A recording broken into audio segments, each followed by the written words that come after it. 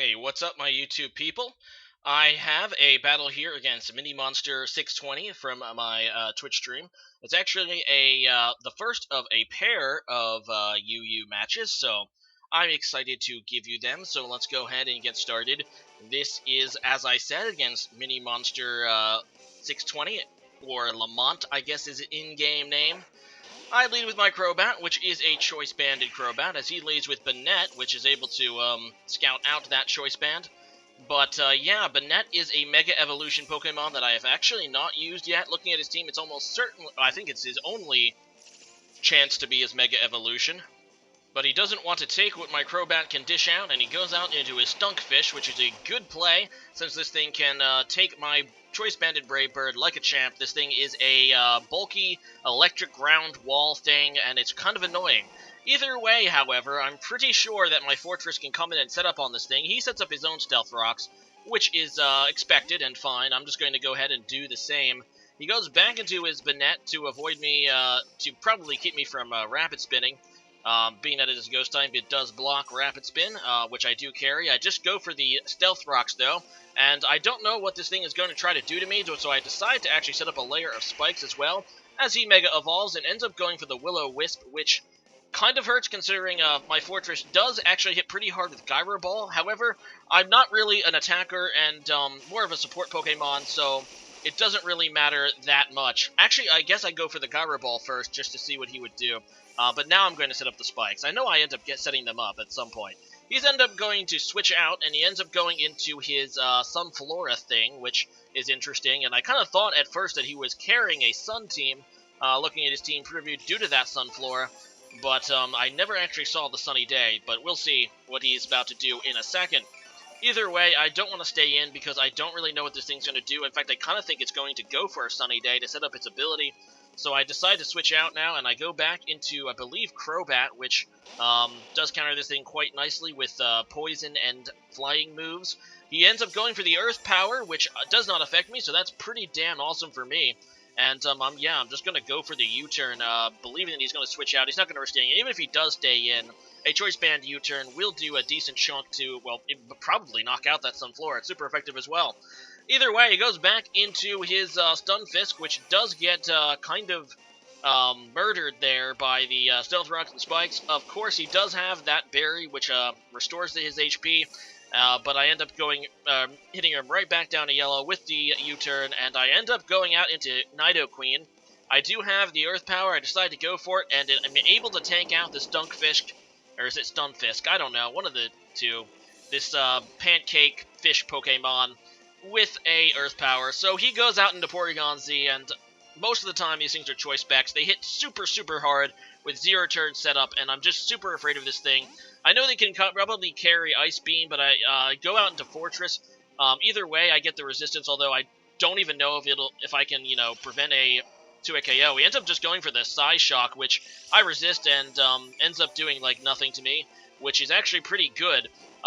It's like the one move he could have gone for that I was thinking maybe it won't 2-hit KO. I mean, definitely the adaptability Tri-Attack could have. I don't know, actually. Whatever. Anyway, so I decide to risk a Rapid Spin, hoping that he doesn't go back out into Banette, but he makes the good play, switches back out to Banette, and that kind of makes me sad that I'm not able to get rid of his Stealth Rocks. Anyway, he goes for the knockoff, which kind of hurts, actually. And, this Mega Banette thing has a ton of regular attack, and, yeah, it ends up putting Fortress in a point that it's basically dead, so I'm just going to let him finish me off so I can get a safe switch into something else. But Fortress really did his job, setting up 2 entry hazards, which is really starting to build up on his team. Regardless, I go out into my Melodic, and I'm just going to go for the Toxic, because I know these things carry Destiny Bond. It's like a super obvious move. The thing gets Destiny Bond, and when it Mega Evolves, it gets Prankster, and, that marriage is pretty obvious. I don't think a single Mega Banette doesn't carry Destiny Bond, because it's a good way to try to get 2 kills. So, good thing for me, though, I do have the Toxic on this team, which is a way around Destiny Bond. He's not going to be able to kill me with Destiny Bond if he dies from the Toxic, so knowing that, I just keep going for non-attacking moves like Recover and another Toxic. just to avoid the Destiny Bond, which is a good play for me. I'm able to take out this Banette. He can't really switch it out because he would just die to the entry hazards anyway. And, of course, if he stays in, it dies to Toxic. So that Banette was pretty much trapped as soon as I went for Toxic. He goes back, goes into this Lilligant thing for the first time, and I know this thing is one of those Quiver Dancers, and really, really dangerous if it gets going. I decided to stay in, predicting that he would try to go for the Quiver Dance, and just go for the Ice Beam. I just don't want this thing to get a free turn of setup, and it does indeed do a lot of damage. Now, looking at his team, he does have Shuckle, so I need to keep Melodic for that. I end up going into Crobat just basically to fodder it, and just kind of hoping that maybe I can live. I mean, I do X4 resist that Giga Drain. Unfortunately, he does have the Hidden Power Ice as well, so he is going to be able to revenge kill my Crobat. But like I said, I was basically going out in a Crobat for fodder. Looking at his team, I don't really need it anymore, and I just want to get a safe switch out into Infernape, which does have Mach Punch. This is a Choice Banded Infernape. Yeah, 2 Banders. Does take some people by surprise.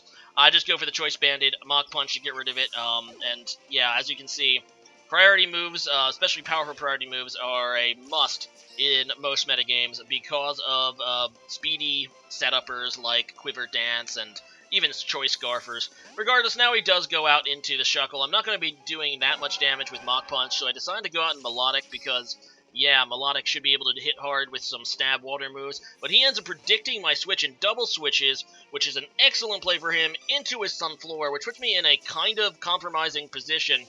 I decide to switch out into Nidoqueen, and he ends up predicting it, so my opponent actually is picking it up, doing some really nice predictions. Anyway, I'm kind of getting ahead of myself. But yeah, now I do switch out into Nidoqueen. He ends up predicting my switch and just goes for the Earth Power, which cripples my Nidoqueen and is going to let him get the probable 2-hit KO, although he does not want to stay in. He does predict it nicely. It doesn't quite kill with the Earth Power, though. He's going to have to switch out because Nidoqueen is faster, and I have the Ice Beam. Actually, he doesn't switch out. That's right, he just lets me kill Sunflora. I don't know what he was thinking, but he does get an epic survive. It doesn't quite finish him off. Nidoqueen just doesn't quite have the same power as Nidoking. So Nidoqueen ends up being taken out, which is kind of sad, but it leaves the Sunflora in a tough spot. Sunflora is one of the slowest Pokemon in the game, and yeah, being weak is never going to get a chance to heal or anything, so I'm just going to go back into my Infernape to revenge kill, and it does, in fact, kill the Sunflora. Well, obviously it does. We kind of overkill it with Fire Punch. But it does go out into Porygon-Z now. I should have probably... Yeah, I think I didn't go for the Mach Punch predicting Shuckle, which I thought might have been able to take him, but I don't think could have, but whatever.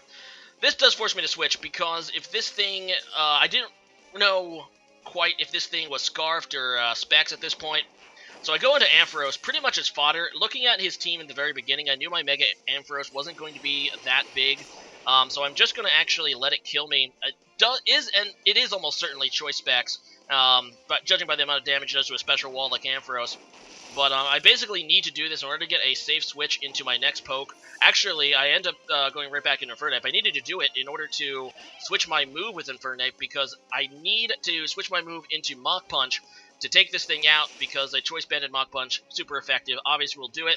And that leaves as last Pokemon as Shuckle, which, factoring in the damage you're going to take from entry hazards, I'm just going to stay in and go for the Mach Punch. I do have the Melodic with Toxic and Stabbed Water moves that can basically take this thing out, even if he does manage to kill Infernape, but at this point, it is weak enough that a Mach Punch will 2-hit KO, so very good game there. Minimonstr620 came down pretty much to the end. I think both of us made some pretty excellent plays, and it ended up being a pretty fun match, so thank you for that match, and yeah, I'm pretty happy with how this team played. Looking at my opponent's team, though, it did give me the inspiration for my next vid, for my Mega Evolution. I've never actually tried, but that's a bit of a spoiler. I've never actually tried that Mega Banette, and I kind of wanted to try it. It is a shifty Pokemon. But let me go ahead and get into today's question of the day. My today's question of the day is, what is your favorite move that was introduced in Gen 6? Obviously, Generation 6 introduced quite a lot of moves due to the creation of the Fairy type, so they had to, make a lot of moves for that. My favorites are Freeze Dry. It's harder for me to pick between Freeze Dry, which is a very neat toolbox ice move. If you don't know, it's basically an ice move that does super effective damage against water types, which is super cool, but I also really, really like Power Up Punch, just from a design standpoint, and I think it really adds a lot to the game. But leave a comment about what your favorite new move is coming in Gen 6. And yeah, leave a comment about that, and I hope to see you guys next time. Later.